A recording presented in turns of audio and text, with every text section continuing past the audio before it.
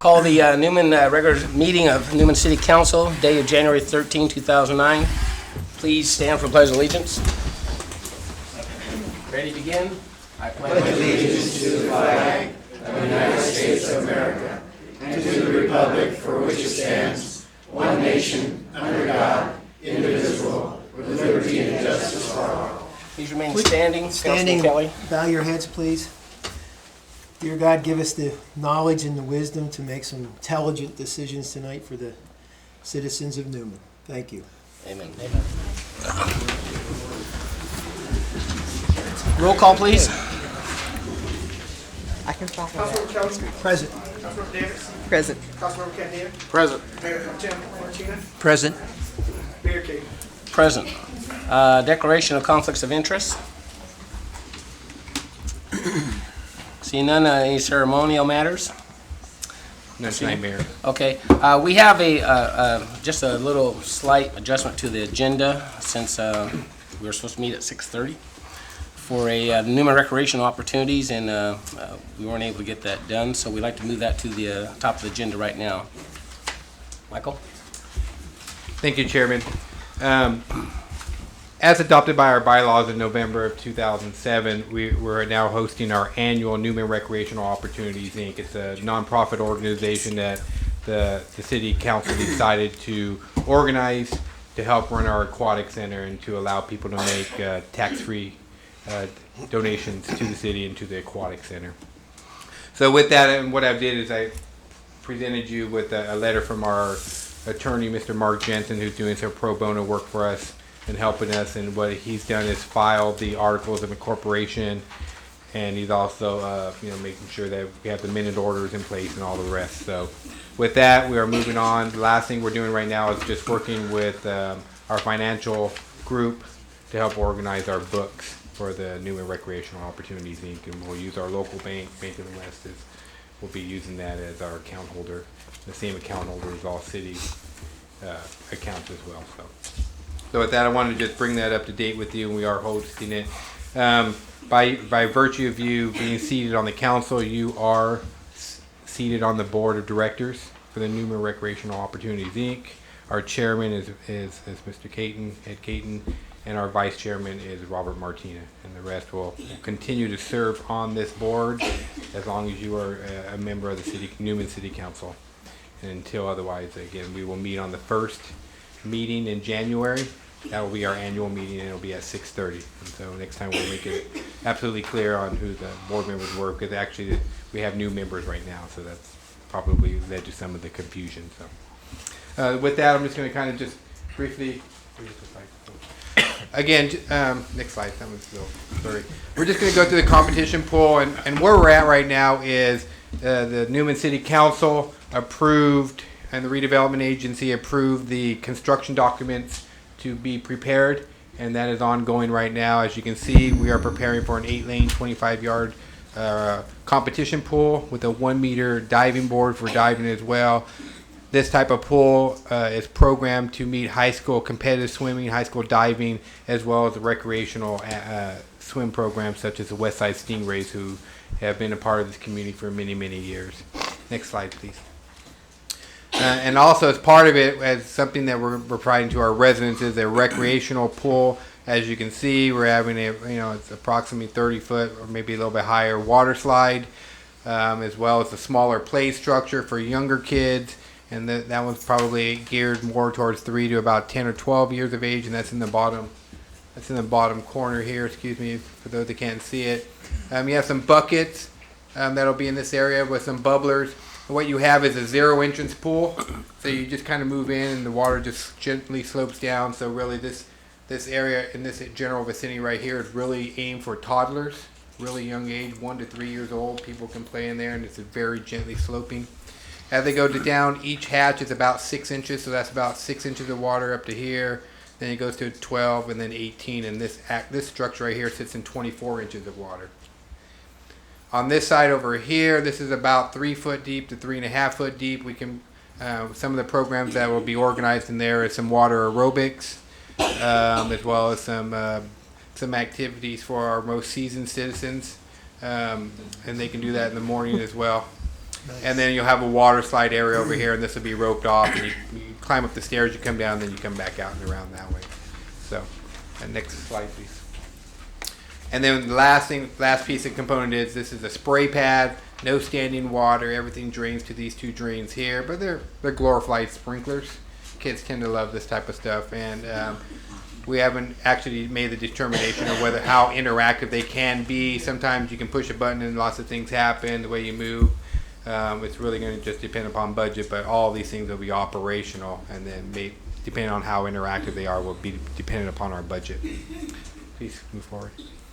Just restroom facilities. We'll have men's restrooms and women's restrooms. We'll have lockers over here. Also, there'll be a lifeguard area, a first aid area. These are all things that are required by law.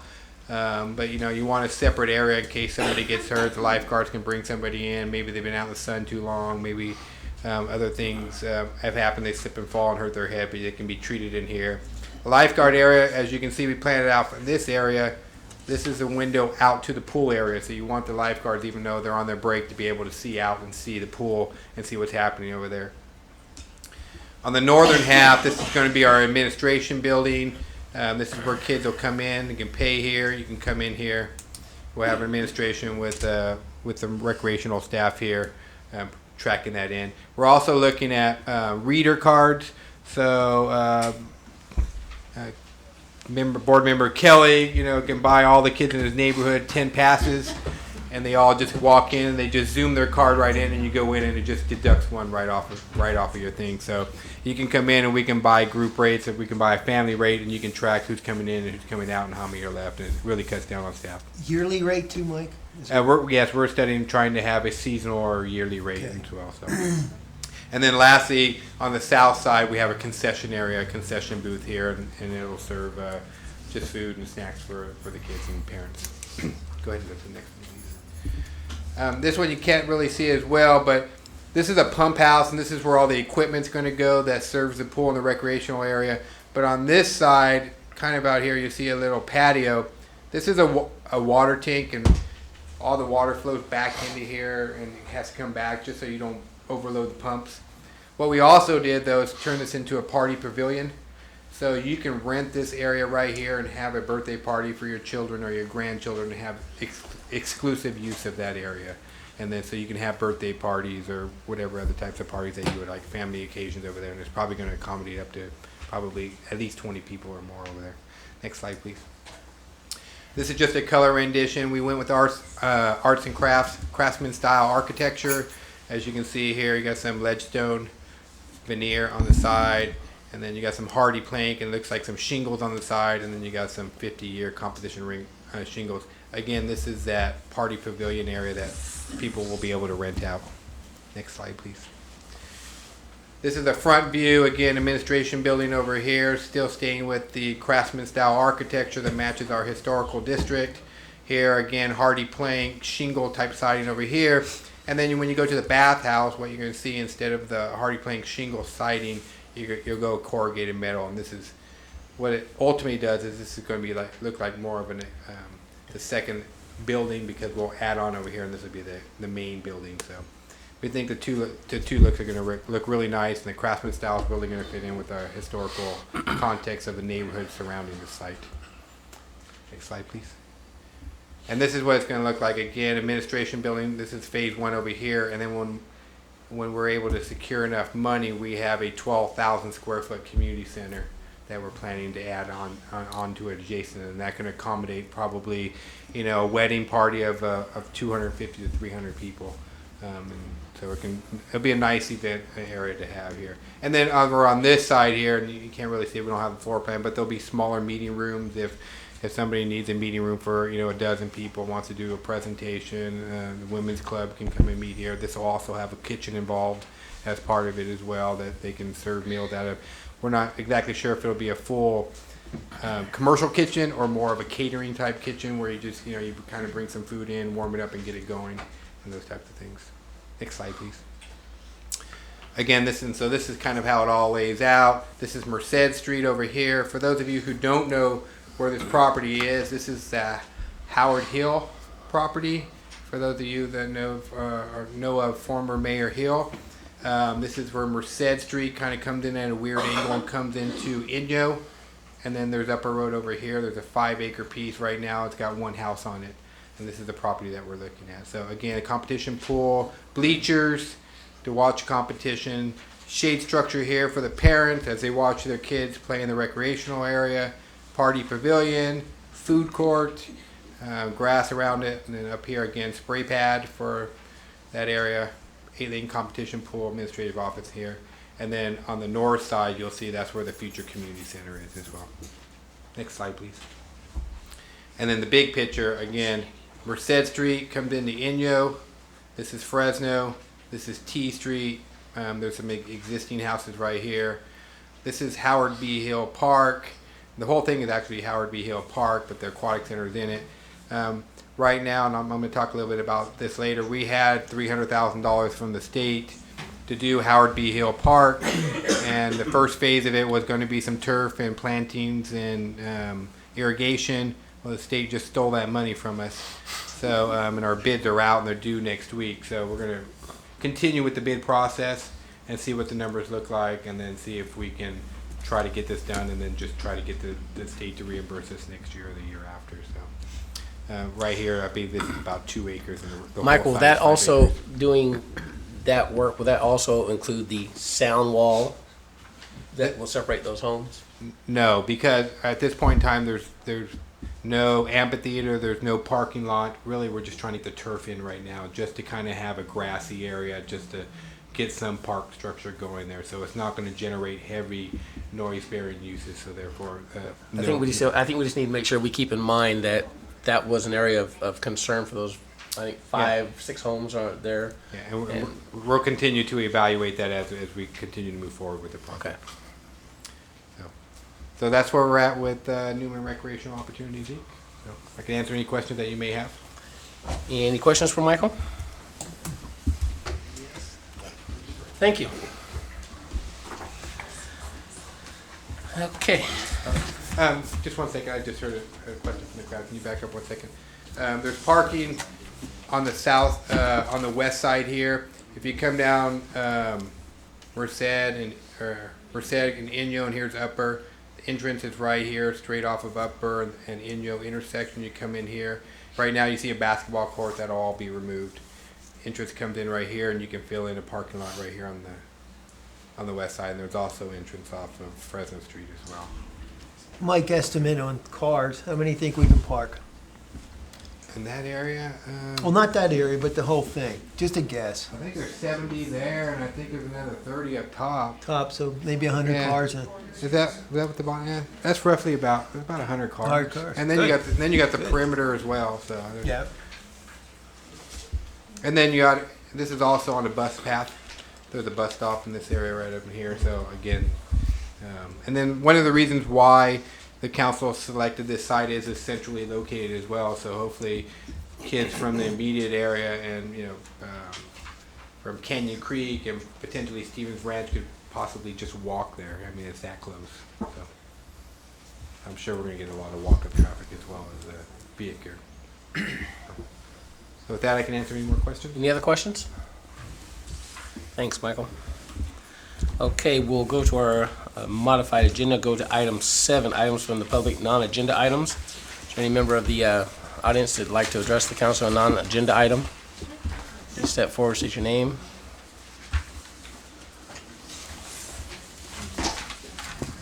Good evening, Mr. Mayor and City Council members. My name is Crescencia Maurer, and I'm here, I'm the Vice President of the Friends of the Newman Library, and I'm here with my fellow board member, Donna Schneider, who is the President of the Friends of the Newman Library.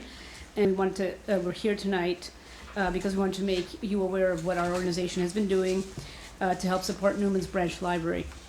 The Friends of the Library is working very hard to raise awareness of the library and to raise funds that will be of direct benefit to our local library. And since the spring of 2008, we've revived the membership in the group. The group has sort of gone defunct, and it had no active members, and it now has 80-plus members from the community, which really rivals Patterson and Turlock. They have 75 and 100 members, so that Newman has 80 members is pretty neat. We have raised funds to purchase new blinds for Newman's Branch Library Community Room. The old blinds had lead in them, and so we raised roughly About $650. $650, and we replaced those blinds. We supported the library booth at the Newman Fall Festival, and handed out information and educated people about the library and worked with our librarian, Barbara Alexander. We've started a quarterly newsletter. I think most of you have with a copy of the very first one we did. And this holiday, we worked with Toys for Tots, and we had our members, we put the call out to our members to get a book for each child. Our goal was to get a book for each child that was going to receive a Toys for Tots gift. We didn't want them to get only toys and clothing, but to also get books. And we thought that would be really neat, because the most needy families not only cannot afford toys and clothing, they probably can't afford books for their children.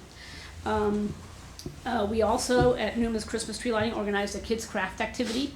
We had a table, and we had kids come and make foam bookmarks in the shape of a bookworm, and that was very popular.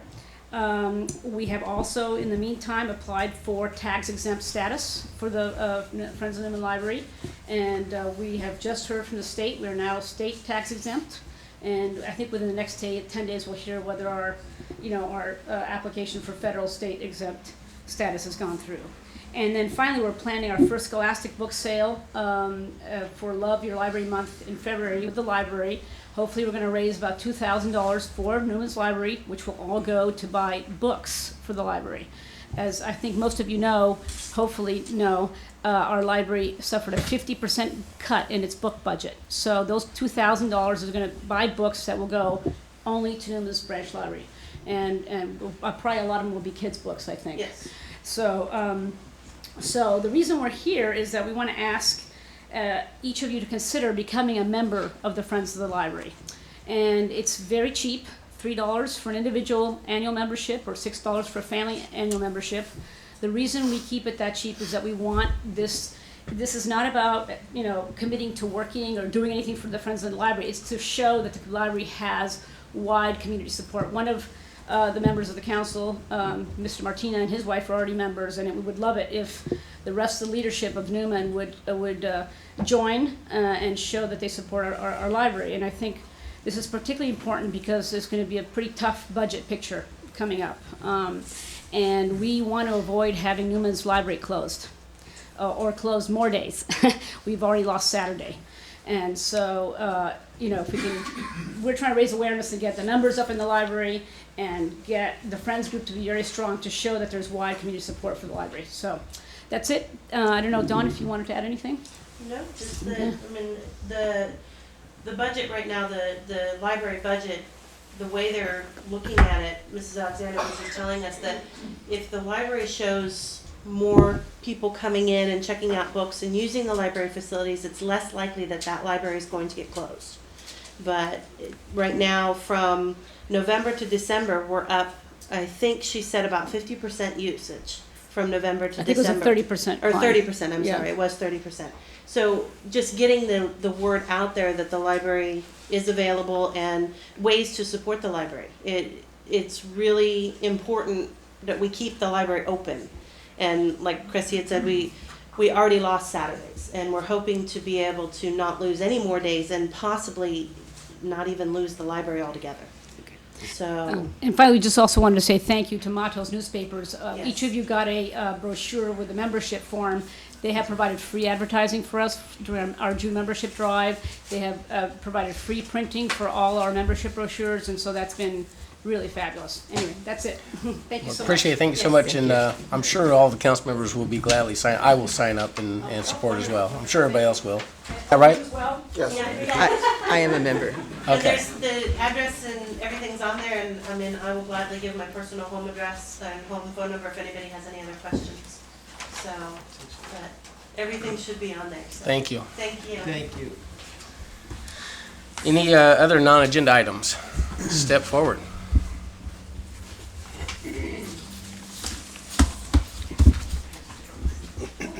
Hi, City Council members. My name is Dee Dee Sequeira. My sister Rachel Hicks. We're here tonight to ask that to have our zoning permit signed from the St. George Restaurant and Saloon. We're changing our ABC license. We got a thing in the mail from ABC, from the application that we submitted, that we need a zoning permit signed. We were informed that we need 3 city council members to sign of it. We would also like to let you know what our plan is for the St. George.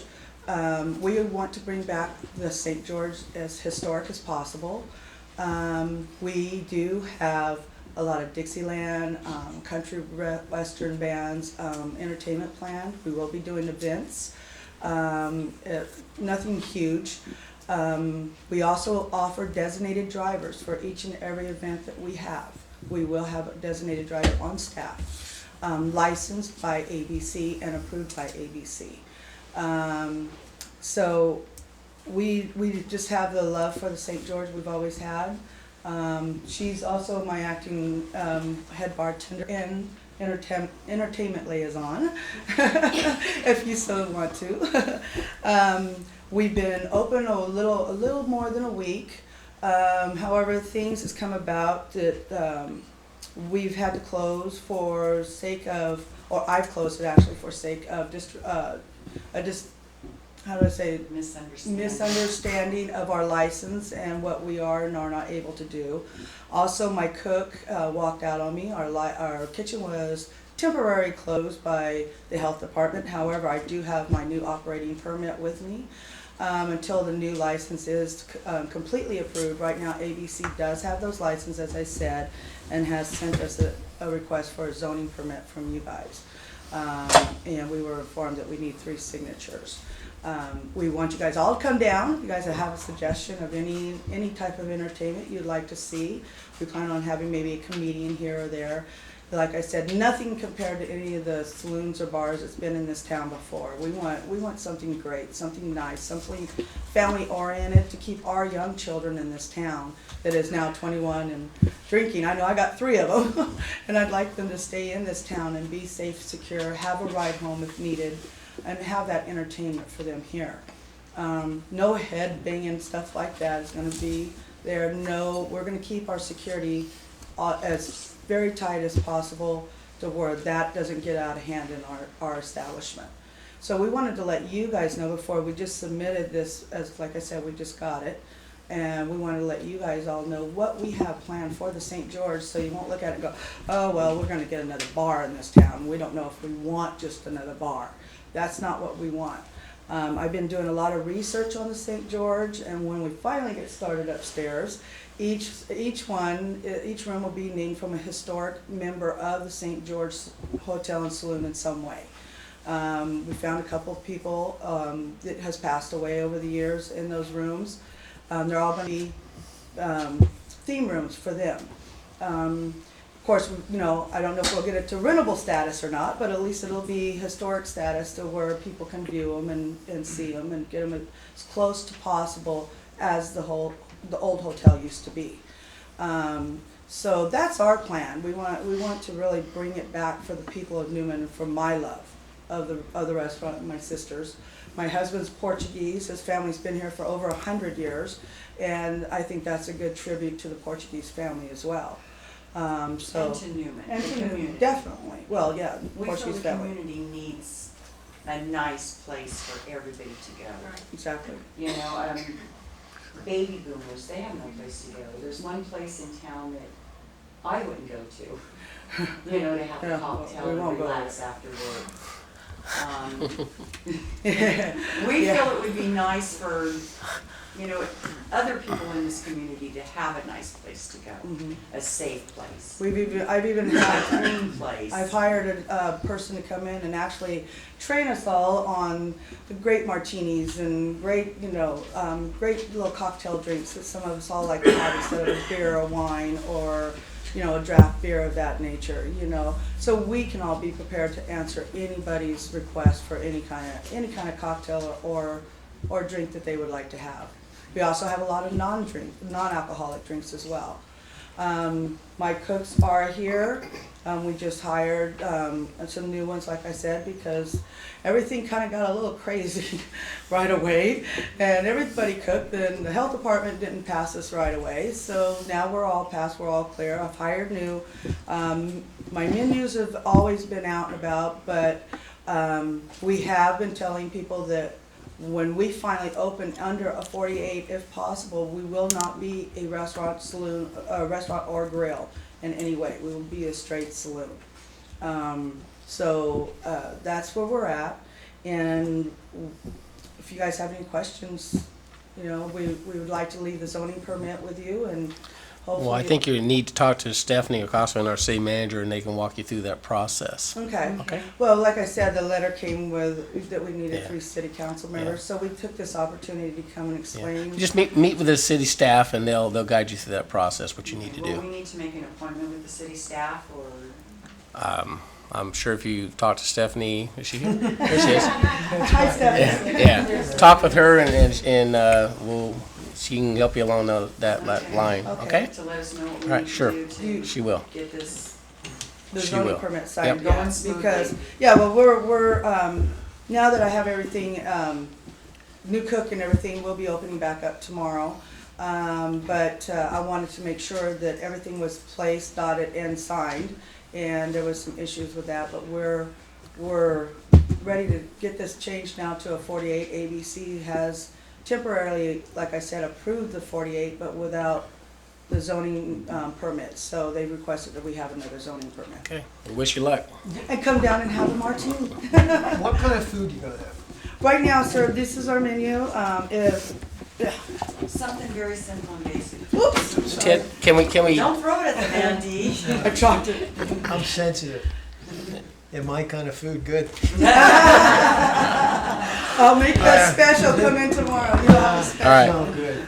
we wish you luck. Thank you very much. Thank you. Thank you, council. Thank you. Move to item 8, consent calendar. Item A, waive all readings of ordinances and resolutions except by title. Item B, approval of warrants. Item C, approval of minutes of the January 6, 2009 special meeting. I move for approval of consent calendar. Is there a motion or a second? I second. It's been a motion and a second. All in favor? Aye. Opposed? Motion carries. Item 9, public hearings. I don't believe we have any this evening. Move to item 10. Item A is report of Women's Club request. Thank you, Mayor. As we received our request from the Newman Women's Club for their annual calendar, we began to look into the fact that they were not being charged a facility fee to recover costs. So as part of that, we went through the process and kind of looked at what it was costing us to provide the service to them. During that whole process, we crafted a letter and sent that out to them.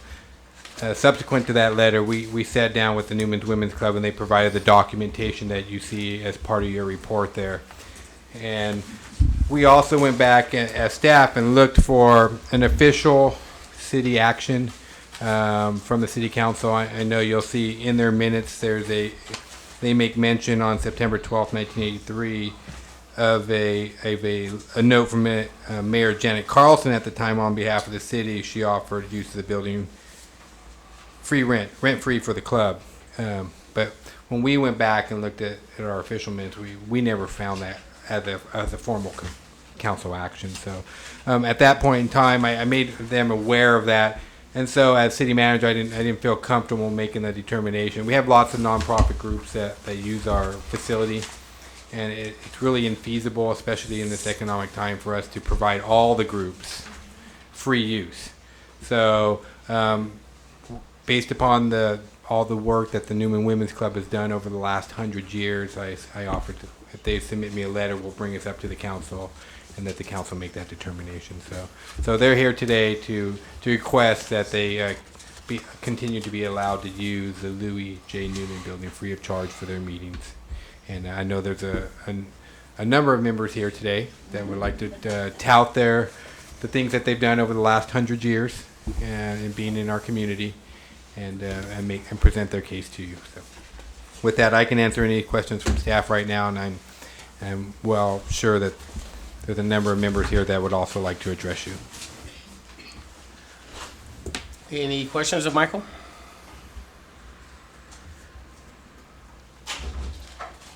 I just have just a couple. As I reviewed this, how often does Women's Club meet? monthly. Once a month? They'll answer that a little They're bit better gonna than we make a will. presentation. Step to the podium.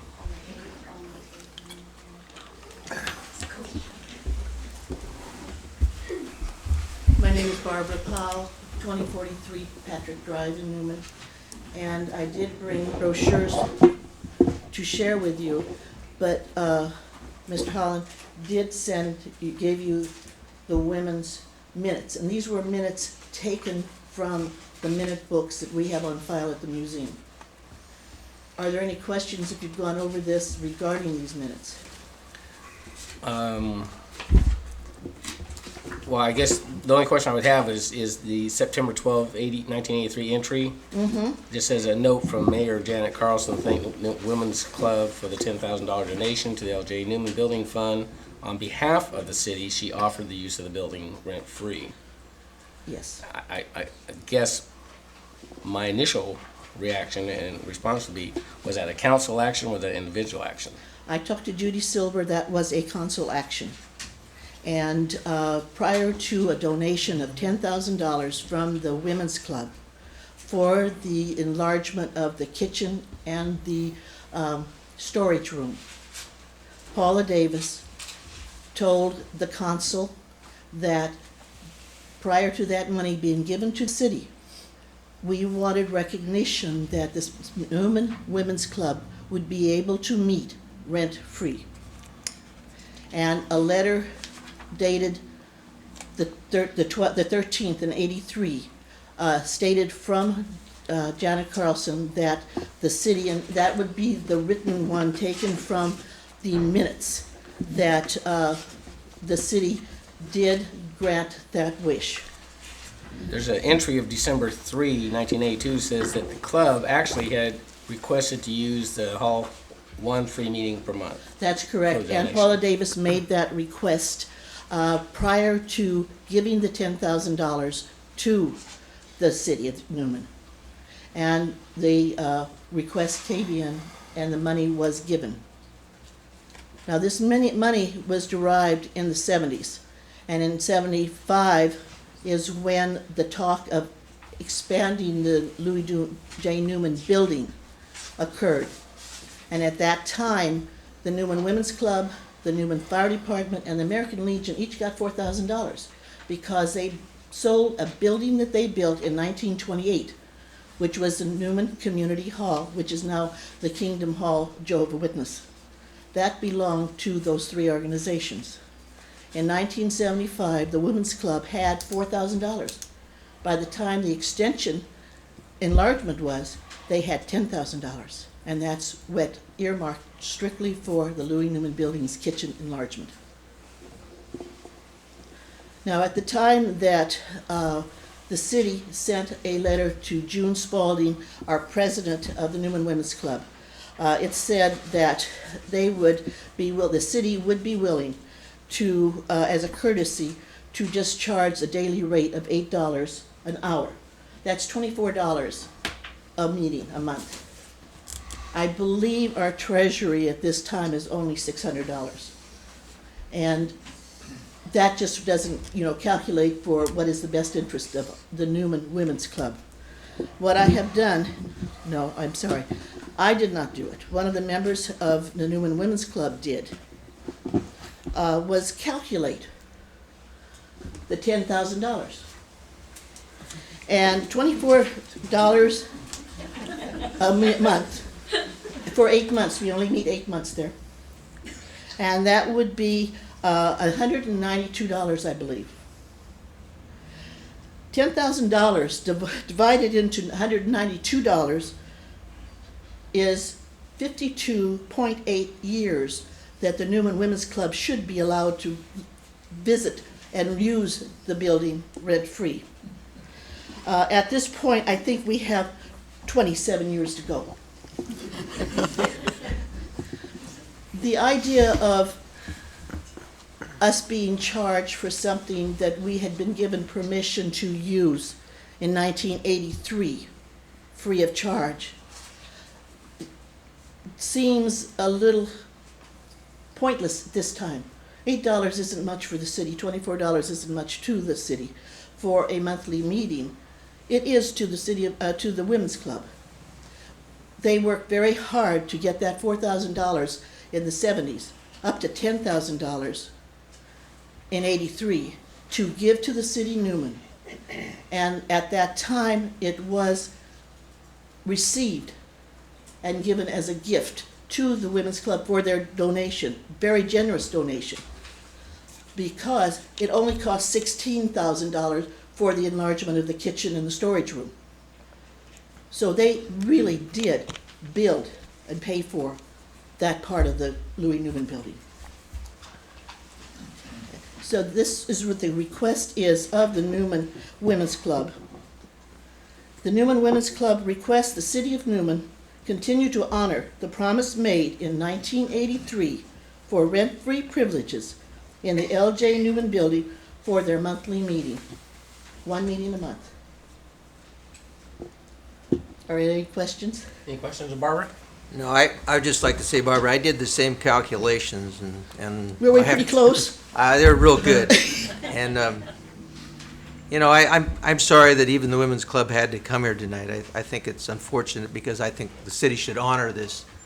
You know, it's quite obvious there's a lot of years have gone under the bridge, you know, as far as what took place. But the Women's Club does so much for our city, you know, and there's so much part of our town that this $24 a month is ridiculous as far as I'm concerned. And I think we should honor it and allow you good people to use that once a month as long as you want. Thank you very much. At least for 27 years. You want to revisit it in 27 years? 27 years, I don't have to worry about it.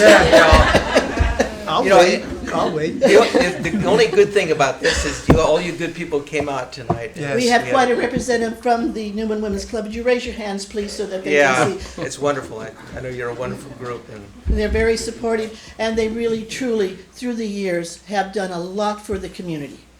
And they will continue to do so. Are there any other questions? You want to put that in form of that motion? is a motion that we so honor the Newman Women Club that they should be able to use that once a month or ever. Thank you very much. Now, may we have that in writing, please, for our minutes? It'll be in writing. There's been a motion to allow the Women's Club to continue use of the Louis J. Newman building. Is there a second? I'll second that, Mr. Mayor. Motion and a second. All in favor? Aye. Opposed? Motion carries. We thank Continue. you so very much. Okay, we'll move to item B, adopt resolution number 2009, next to number of resolution adopting new water deposit and fees. Want to give them a chance? Good evening, Mayor and council members. Tonight, what I'm asking is that we increase our water deposit, it's actually for all utilities, from $50 a month to $150. From $50 deposit to $150. That covers it $8, right? 24 hours. Currently, the deposit is at $50, which doesn't even cover 1 month's full bill. An average bill for a utilities customer is $66 a month.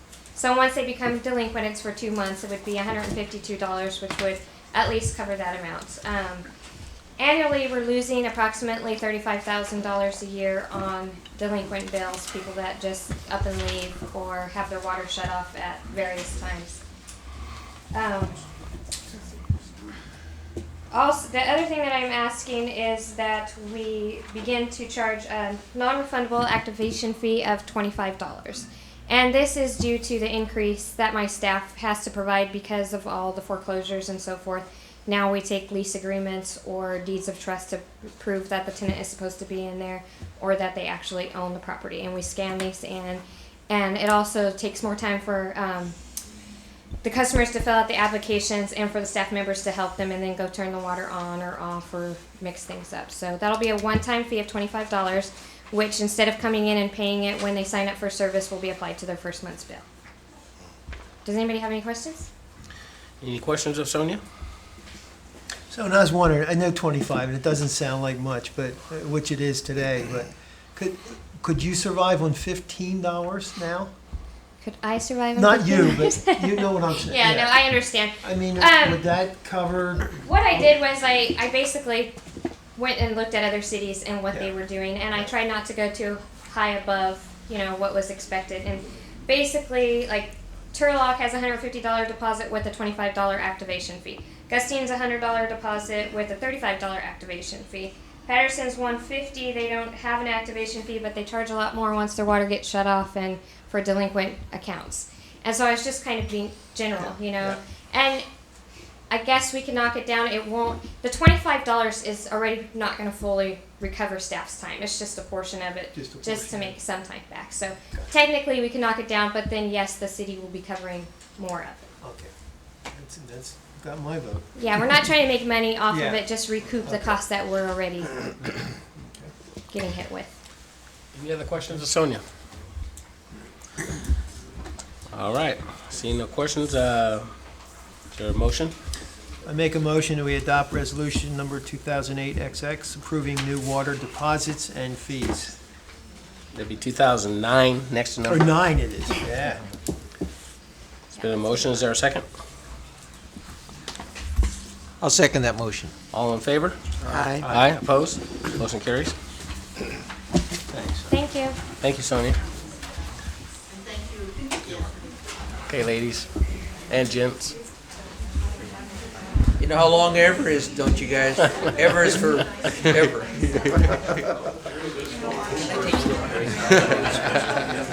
We're gonna take about a 5-minute break real quick, 5 minutes.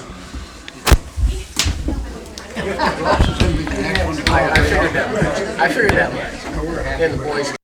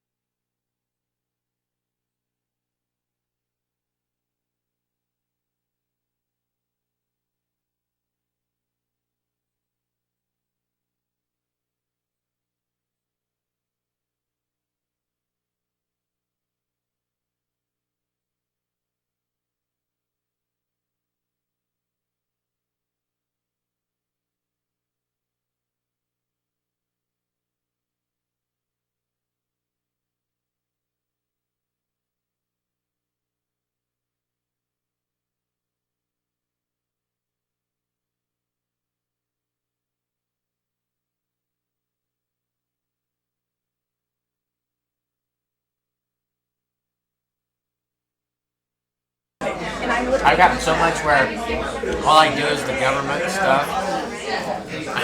I'm even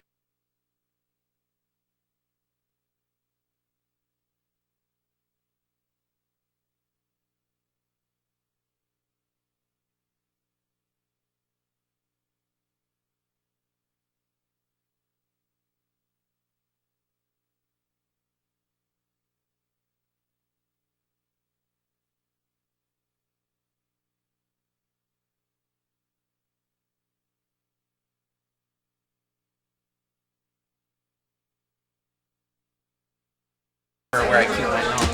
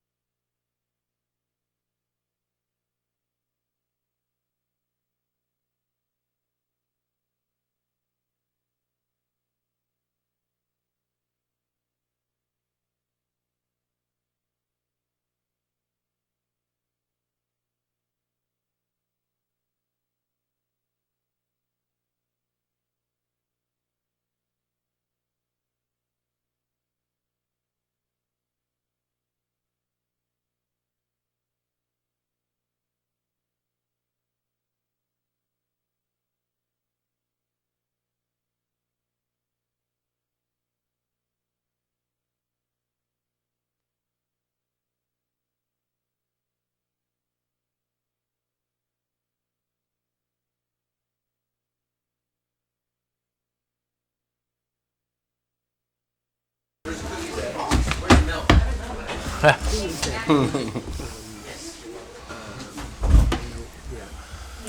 a point. Where's Michael? He went outside.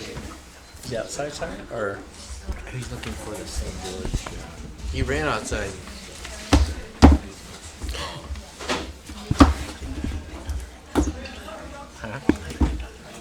Yeah, no. For one thing, I don't think that's the way it works. For another, yeah. A little short notice for us. Did you find him? All right, great. Okay, we'll call this meeting back to order after a short break. We'll move to item number E. Accept proposal for services from Boyle Engineering Corporation to update improvement standards and specifications. Thank you, Honorable Gardner. Mayor and council members. I'm here to present the proposal. In front of you, you have a proposal for services to provide an update to the city's improvement standards and standard specifications from our contracted city engineer, Boyle Engineering. Upon coming to the city of Newman, I noticed that our improvement standards had not been updated since 1989. In reviewing them, I found some necessary updates that we needed in order to bring us up to what I consider par with the industry and construction standards. Specifically, we have a contract underway right now that had to do a change order to the contract due to not having the right specifications. So what you have in front of you is a proposal from our contract engineer for $20,000 to go through and completely revamp and update our city standard specifications, including sections for improvement plan submittals, department review, traffic, water, sewer, and storm drain standards. The recommendation from me and city staff is that the city engineer, a contract engineer who is a licensed civil engineer, do these so that he has due to him having the expertise and experience in this field. So my recommendation from the Public Works Director for the City Council to consider the proposal for the services to update the city specifications. Is there any questions of Garner? Gardner, just a question. How often should we review this? I mean, you said the last time was 89? 1989, over 20 years ago. Okay. My recommendation, they should be at least evaluated about every 5 years by city staff to determine where we stand in the industry with our standards. Okay, thank you. Whether we update them every 5 years, that would be determined at that evaluation. Great. This would also probably help with litigation. That's what I Let's not figured. talk about it. No. Yeah. Okay. Good job. Hearing Garner's presentation, do I have a motion? Mayor, if I real quick. I'm sorry? Since this has all come about, Boyle Engineer is now AECom. So can the motion just reflect that we'll be using AECom, correct? They're AECom now. Actually, he is correct. They said that they would accept the proposal since it was Boyle at the time, but then they're going to be forwarding us a letter stating that they are transferred to AECom USA. ADCom? AE. AECom. Apple AECom. Edwards. AECom, okay.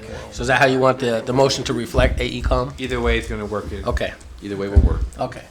Now may I have a motion?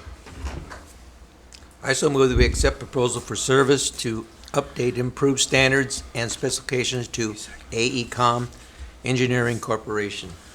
The motion, is there a second? I second. All in favor? Aye. Opposed? Motion carries. Thanks, Garner. Thank you. Guess you might as well stay up there, huh? Item D. Yes, sir. Award bid for the purchase of a used loader backhoe. Yes, in front of you have a proposal to consider an award for the purchase of a used loader backhoe for the city of Newman. The Public Works Department currently has a 44-year-old backhoe that we're utilizing. It has exceeded its life expectancy. We're seeing an increase in repairs in the last 3 years. I went through our files and found about $11,000 in repair bills. In addition, we had Garton Tractor look at the hydraulics on it, and they're estimating about $3,000 for hydraulic repairs. The whole hydraulic system needs to be repaired, so that it's really not meeting the needs for the community and for the Public Works Department. In December, we went out for a proposal to purchase a used backhoe loader, and we had one responsible bidder, Garton Tractor, a local company here in town. Their proposal was for a new backhoe, a 2007 Holland backhoe, 110 horsepower, with an extendable dipper, 4-wheel drive, 6-in-1 bucket. It has a 24 and 18-inch dipper bucket for excavating. The original selling price, brand new, of this backhoe was $92,000, a little over $92,000. By waiting and buying a 1-year-old backhoe, we saved approximately $35,000. This backhoe has about 390 hours on it, I'm sorry, which is still considered fairly new. It comes with a warranty with it. The Public Works Department has tried it out and hasn't found any problems with the backhoe. The purchase of this backhoe will allow the operations in the Public Works Department to be a little more efficient. It has the opportunity for material handling. It has forklifts. I can actually show you some pictures. This is the old backhoe. This is a 1965 Ford that we have. It has a smaller bucket because it's old in older days. It doesn't have a full cab on it. It just has a cover. It's another picture of it. It has really seen better days.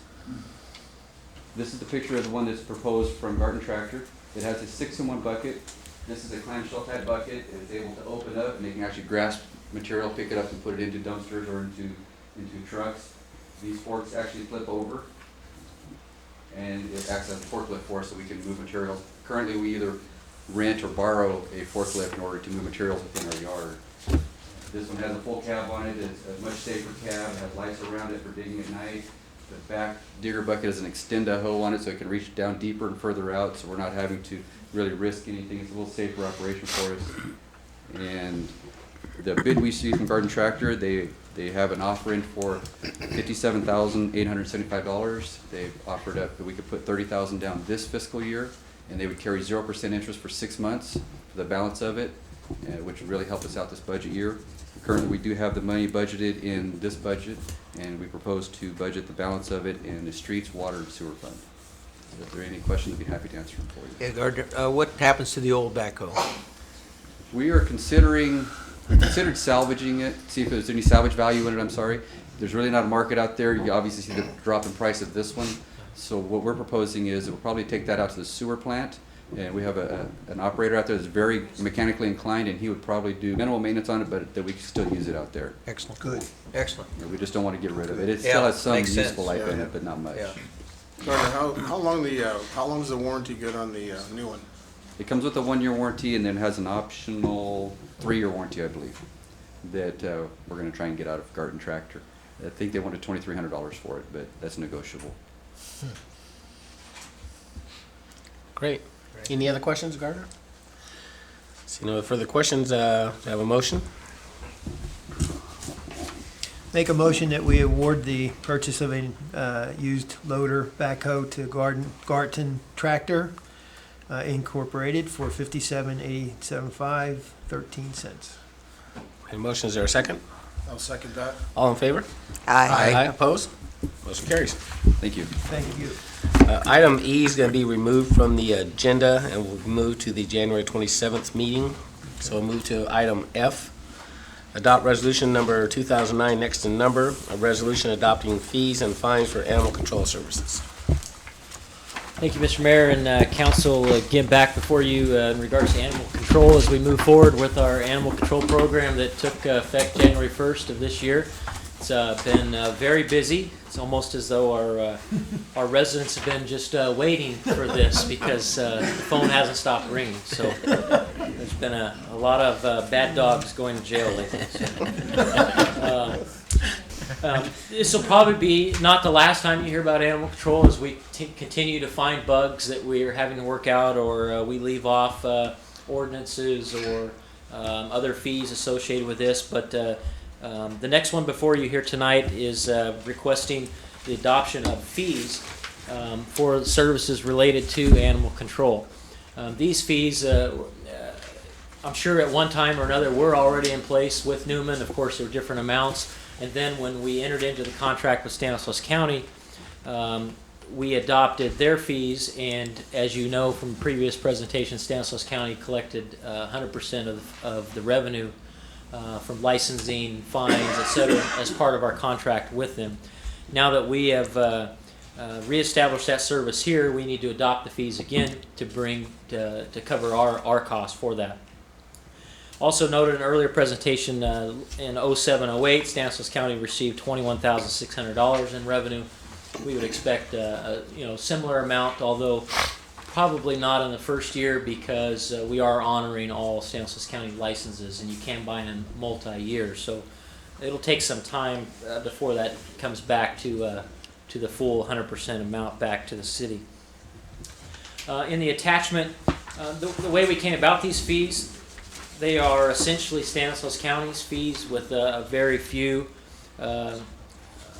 modifications to them that are things that might be a little more unusual or unique to Newman based on our contract with Gustine. So we have to cover our expenses with Gustine with the administrative service on top of that.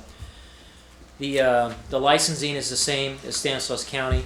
Obviously the motivation here, and this was frankly somewhat controversial several years ago. I remember when I was still with Modesto when this was adopted, and all of the cities did a resolution supporting Stanislaus County's efforts on spay and neutering programs. You see the large differential there in an unaltered animal versus an altered. Clearly motivation to spay and neuter your animal, which is what needs to be done. One modification there I did make, Stanislaus County was 50% discount to our seniors over the age of 65. We lowered that to 60, just based on the current economy and what's happening, trying to accommodate more folks. And the rest of them are, without going through each of them, you have them in front of you. What an impound fee is basically for us having to exert the effort to take your animal into custody, recover that animal, and the services of our officer, if there was equipment used, maintenance and replacement of equipment, etc. Livestock, not that we expect to do much of that, but in the event we do, we wanted to have that fee in place already so we would have a mechanism to recover our cost. Quarantine speaks for itself. If a bite occurs, you have to quarantine the dog for a certain period to ensure that nothing results from that bite. Daily care, feeding, boarding. This fee is actually already adopted, the $35 portion. The second part is the addition. It was $10 per day for Newman. We've upped that for $15 based on our contract with Gustine, so we can recover our costs there. Microchipped is we plan to offer the low-cost clinics at least once a year through our partnership with a local vet, which you'll be hearing more about at the next council meeting. We would charge that just to recover our fee on that. We're trying to encourage people to use microchips as well. Veterinary care, if the actual cost plus our administrative fee there.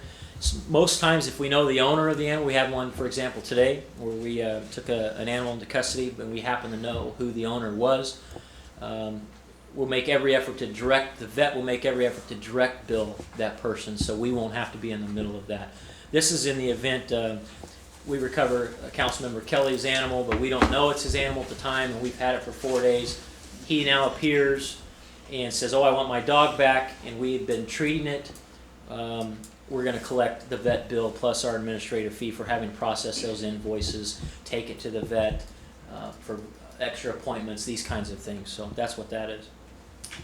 Disposal and owner release, and we may have to revisit this one at some point, making sure we're not that it's not too low. Actually, this is for people that perhaps chose or just failed to spay or neuter their animal, and they continue to have litters, and then they call us and want us to try to put as politely as possible, the taxpayers of Newman to subsidize their irresponsibility, and now we all have to pay to euthanize these animals or board them.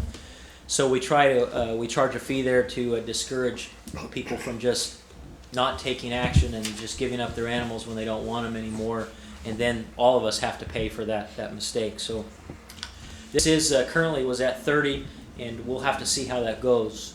But for now, we're comfortable if that's okay. Euthanasia, again, these are all mostly recovery of costs. We have to pay a fee to Merced County for that if that should occur. Trap use is deposits, refundable, of course. Adoption is just, we're just going to charge our actual costs of what we have to pay Gustine for the boarding, the license, the veterinary costs, whatever is associated with that animal, because we don't want to discourage adoption, we want to encourage it.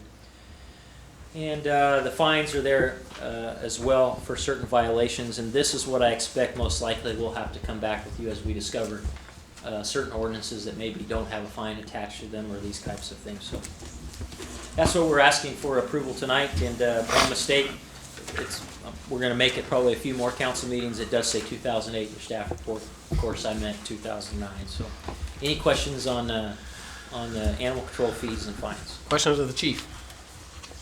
The only question I might have is, I know cats are really a problem. I see it's voluntary as far as the $12 per year. Have you found that to be a serious problem in our city? I mean, Not premature. so far everything has been dog related. Okay. We don't get far less calls about cats, and one of the ways Stanislaus County used to come up with these amounts is they participated in a very large study, most of Northern California with some Southern California, and it was nowhere is requiring that we found cat licenses. We would definitely be blazing the trail on that one. But many did offer to voluntarily. So there's some people passionately care about their cats and they let them outdoors. And you certainly can license your cat. If we should find the cat and it has the license affixed to it, we would be able to return it. The problem with cats, a lot of people don't like to put collars or things around their necks because potential to be strangled, climbing fences and things. So microchip is probably the best bet on a cat, and we will have the capability to read those, and so we can return your animal to you. Thank you. Any other questions of the chief? Thank you. Have some direction? I'll make a motion that we adopt resolution number 2009-XX, a resolution establishing fees related to animal control services provided by the police department. There's been a motion. Is there a second? I'll second that motion. All in favor? Aye. Opposed? Thank you, chief. Thank you. Thank you, Chief. Item 11, he's here. Items from District 5, Stanislaus County Supervisor Jim DeMartini. Jim, we had you on the agenda. We put you on there last meeting, and I looked up, and you weren't here. It's very rare that I miss a meeting. It is rare. Always, it's my favorite city council. Oh, you said that last night to Patterson, didn't you? I was in Sirius. Oh, seriously. Go ahead. We called all the hospitals and everything just to make sure you're all right. Yeah, well, good evening, Mayor Keaton and council members. I just had a couple of things tonight, and I always enjoy coming to your meetings. A very professional group. On February 4th, 5th, and 6th, myself and a few of the county staff will be going to Washington, D.C. for a variety of things. One of the things that we will be looking for money for will be the Orris Nimba Creek flood control project. As we know, we're coming up with the scenarios. Extensive amount of work has been done on this, although the detention dam doesn't look like it's going to happen because of the cost and the cost-benefit ratio. We still need some federal money to get the project done, so we have meetings set up with Congressman Cardoza and Congressman Radonovich. So hopefully, not that we're going to come back with a suitcase full of cash, but we have to always keep our name out there to try and get this project done. And because this project, as you know, does depend upon federal grants and money that's available. Stanislaus County so far has put about $3 million into this project, and with our budget situation now, we don't have any more to put into it. We expect our budget problems this year to be fairly extensive, as just about all local municipalities will be. We will be looking for money for the Orris Nimba Creek project again. Now, the other thing I have is the West Side Healthcare Task Force. As you know, this group has been in operation probably somewhere between 1.5 years and 2 years now. Newman has always been part of the group, as of Patterson and Gustine, along with 2 healthcare districts. And we have recent participation now from Doctors Hospital, Emmanuel Hospital, and Sutter Gould. So this is quite a group. I would like to ask you to appoint a second member. Mayor Fantasia was one of the the members of the Healthcare Task Force. I have no problem if you wanted to appoint them again or take somebody else. Ted Kelly is the other member. And we are having a meeting on this Saturday. I know it's short notice to put anybody on, but we're doing a strategic plan now. We have had meetings where we've analyzed statistical data. We've had presentations from various groups, from hospitals, from UC Merced. We have analyzed statistics from the state. And we're finally at a point now where we understand what we have in the west side for healthcare, what the gaps are, and we're trying to come up with a reasonable expectation of what this group will be able to accomplish. And so our strategic plan on this Saturday, we will be going over this. We have come a long ways. When we first started with this group, we had really no idea what was available on the west side. A list had never been put together, statistical data had never been accumulated. And so we have done all that, and all the players that have anything to do with healthcare on the west side have all been contacted, and the vast majority of them have participated in the group. So our strategic planning now is to come up with a reasonable, doable project that we will be able to do, and we will be able to do more as time goes on. But I think we've analyzed everything we need to now, and now we're looking at coming up with some solutions and deliverables for the west side. So it's at your earliest convenience. I would hope that you could appoint a second member. Somebody has interest in that? Would somebody like to sit on that with Ted? I'll do that. Okay, Nick, there's your second. Okay, great. Councilman Candia will sit on that. Okay, great. I'll contact you about that. I don't know if you're available Saturday or not, but Sure. we're meeting in Gustine at the library, and I'll get your address, and I'll have you a packet sent out to you immediately. Very good. Okay, and that's all I have tonight, unless you have any questions about anything. Any questions of Jim? Jim, how did our consent item go on your agenda today? Oh, for your expansion to your plan, it was a consent agenda item. I read through it, I'm fine with it. I also sit on the LAFCO board, I see no problem with it. The amount of material that LAFCO has to deal with this is extensive. I haven't been through it all, but your sphere of influence was fine. It was not pulled from the agenda, and it passed unanimously. Thank you. We did have something on for West Park today that I voted against, but it is just, this is over the public subsidy for the airport, which I don't think that the board should have passed, considering there's still two active lawsuits on this, and I thought it was premature, but it was outvoted. But your sphere of influence did pass. Thank you. Thank you, Jim. Thanks, Jim. Item 12, items from city manager. Thank you, Mayor, and may I expand a little bit upon that question to Supervisor DeMartini. As I explained at our last meeting, we submitted our sphere of influence request to the county, and we are looking at enlarging our sphere by about 175 acres to the south. And what that does is the current sphere line goes through the middle of a field and is not geographically tied to any one thing. It crosses over properties and ownership lines and stuff like that. What we are proposing and what the general plan proposed in the council as they adopted is to move that to Hallowell Road. And then there's actually a physical boundary to which you can tie it. So, and it makes, there's a lot of common sense to it. We're just hoping that LAFCO sees that common sense and goes ahead and improve it. That is tentatively scheduled, I believe, the 28th for LAFCO. So your staff, I'll be there in attendance at that meeting to make sure that they don't have any questions. I know we got some issues from Merced County LAFCO, sent a letter to our LAFCO and had some issues about, as you know, we have an MOU with Merced County for some of our business park expansion, and it's kind of the alignment is Canal School Road and Brazo, and it's immediately east of where the Mitch Chuck building, the Norbert Roach are. And they were asking that Merced LAFCO was recommending that we include that area in our sphere, and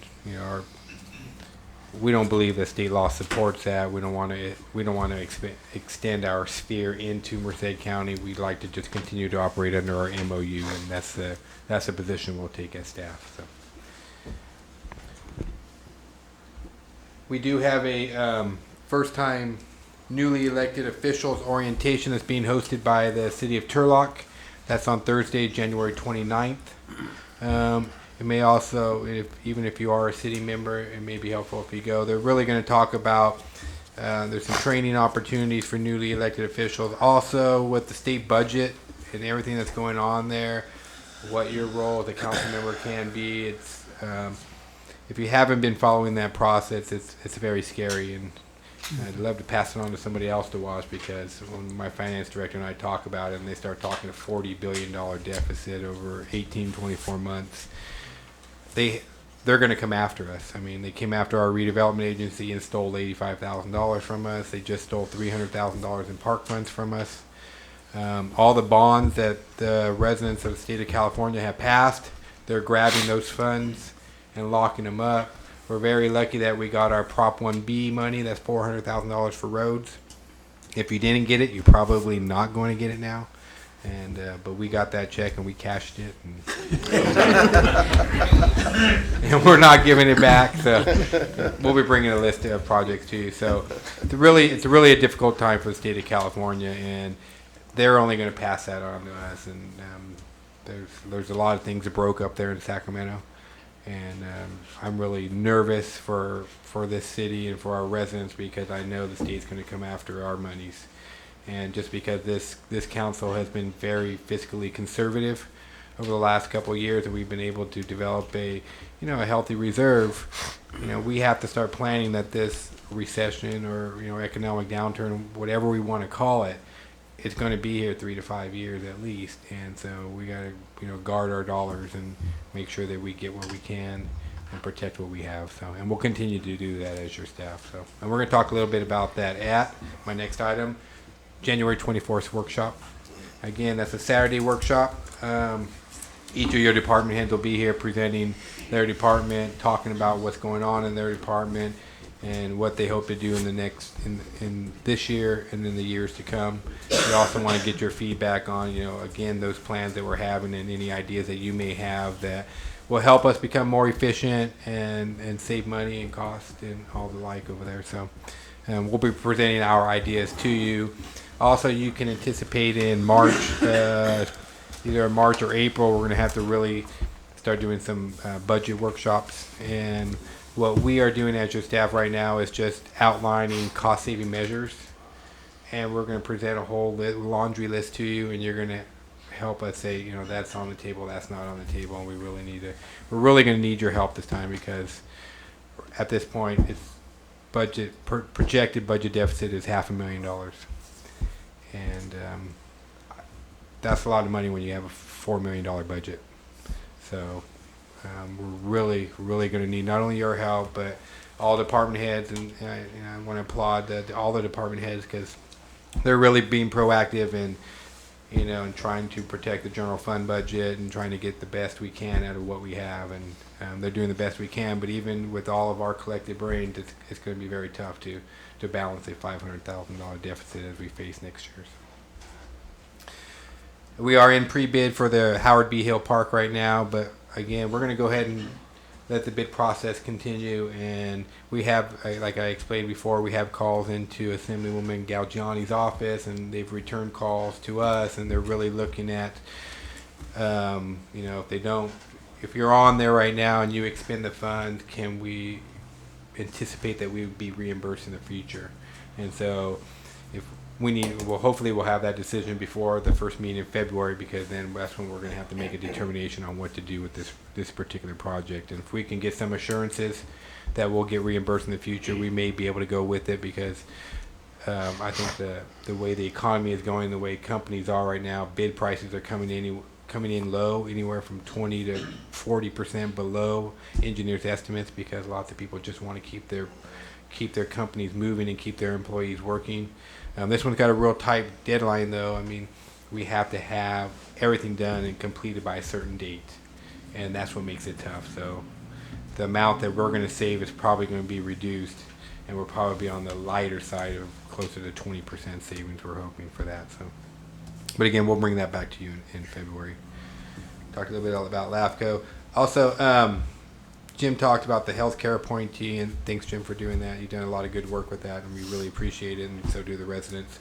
And the other thing that Jim really is pushing hard is the Orris Creek. It's glad to see that we're going back to Washington, D.C. and having that on there. As you know, Mayor Fantasia sat on that, and I know Mayor Caton has now expressed some interest in there. So we didn't officially appoint him at the last meeting, but I'd like to at least, maybe we can officially do that today and make sure that, he's been attending the meetings, and Mayor Caton's been doing all the background work. He's been intimately involved. He was incident command during some of those floods, so he has some real firsthand knowledge of what's going on with those floods. So it may be an appropriate situation for him to continue to do that, but I'd like to at least get some concurrence for the council so that we can officially designate him as the appointee to the Orris Creek and the council representative on that.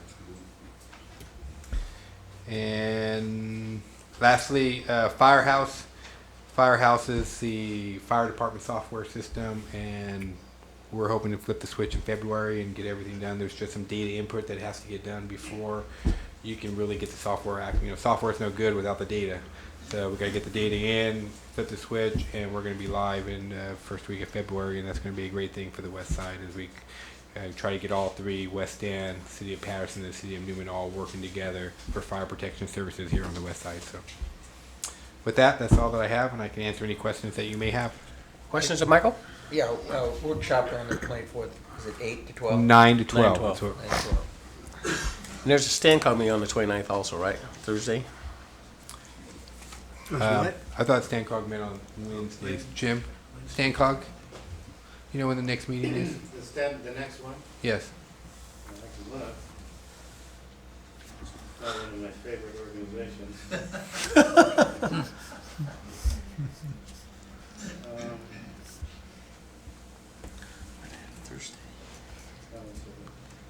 STAMCOG, it's out of sync this time. It's been rescheduled from January 14th, which is its normal date, to January 29th. 29th, okay. At 6 o'clock. Yeah, okay.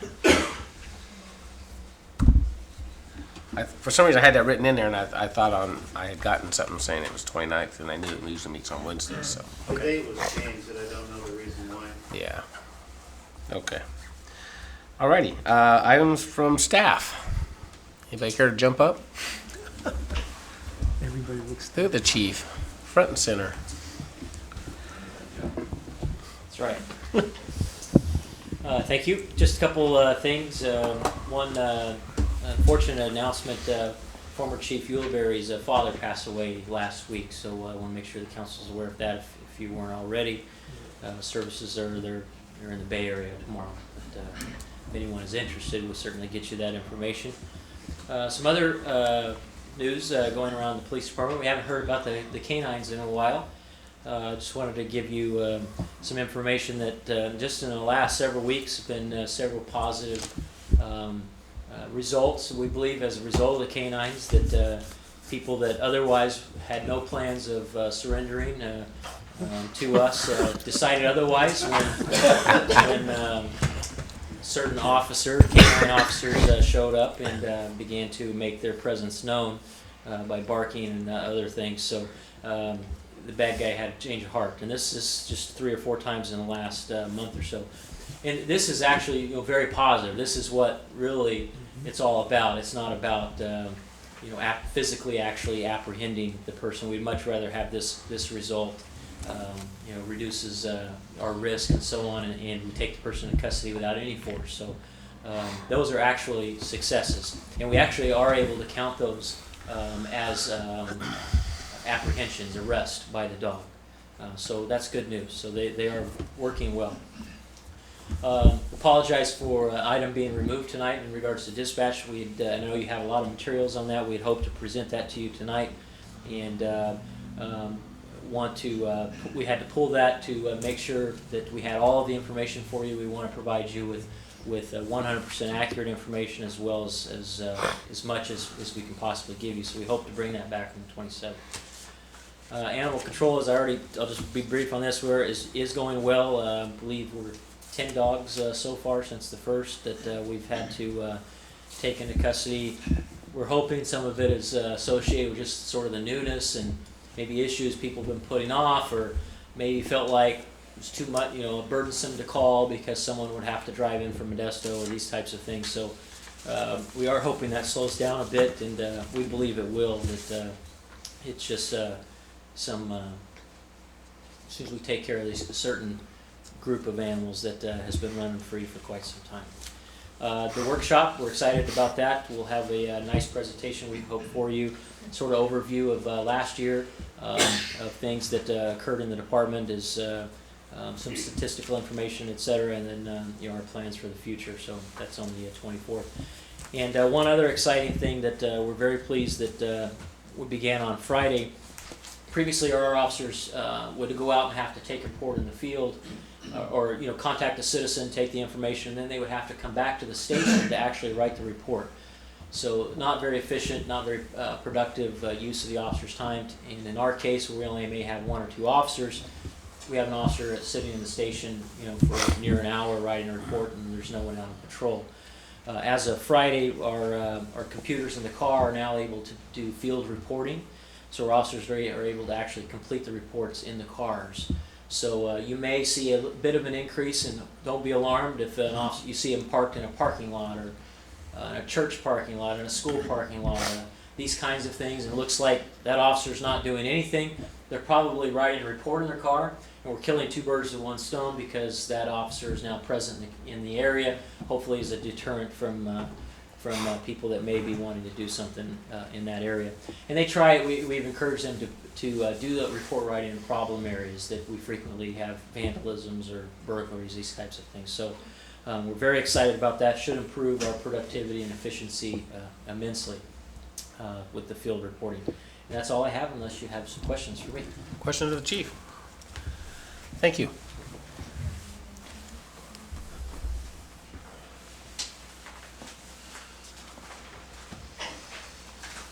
Chief's a tough act to follow. My stuff's not near as exciting as apprehending criminals, but I'll do the best I can. The sewer line project that we're currently working on, we anticipate we're about 70%, 65-70% complete on that. There's about 19 working days left in that contract, and I think they're doing a pretty good job.